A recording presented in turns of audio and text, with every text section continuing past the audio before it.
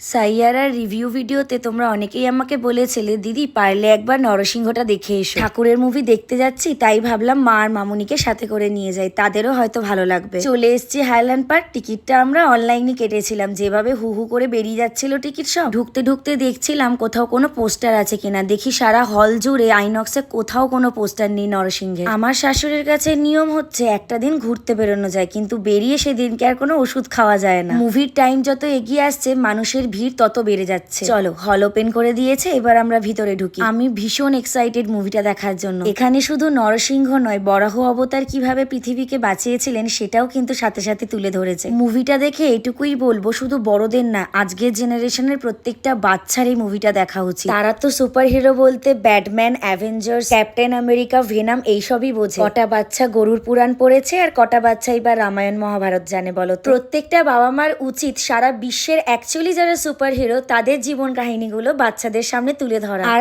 আমাদের সংস্কৃতি অ্যাকচুয়ালি কি সেটা তাদের প্রত্যেকটা পদে পদে বোঝানো। সত্যি বলছি, আমরা বইতে যতটুকু পড়েছি মুভিটাতে ঠিক ততটুকুই দেখিয়েছে। এক্সট্রা করে কোনো ডায়লগ, অ্যাকশন বা স্ক্রিন প্লে কিছুই করেনি। মুভিটা দেখে সবার মন ভীষণ ভালো, তাই চলে এলাম একটু খাওয়া দাওয়া করতে। আর এখানে এসে লাইভ মিউজিক শুনে আমার মন তো আরো ভালো হয়ে গেল। উফ, কি ভালো যে গাইছিল। আমি কিন্তু আমার অনেস্ট রিভিউ দিলাম। তোমরা কারা কারা দেখেছো আমাকে কিন্তু একটু জানিয়ে যেও। আজ আসি, টাটা।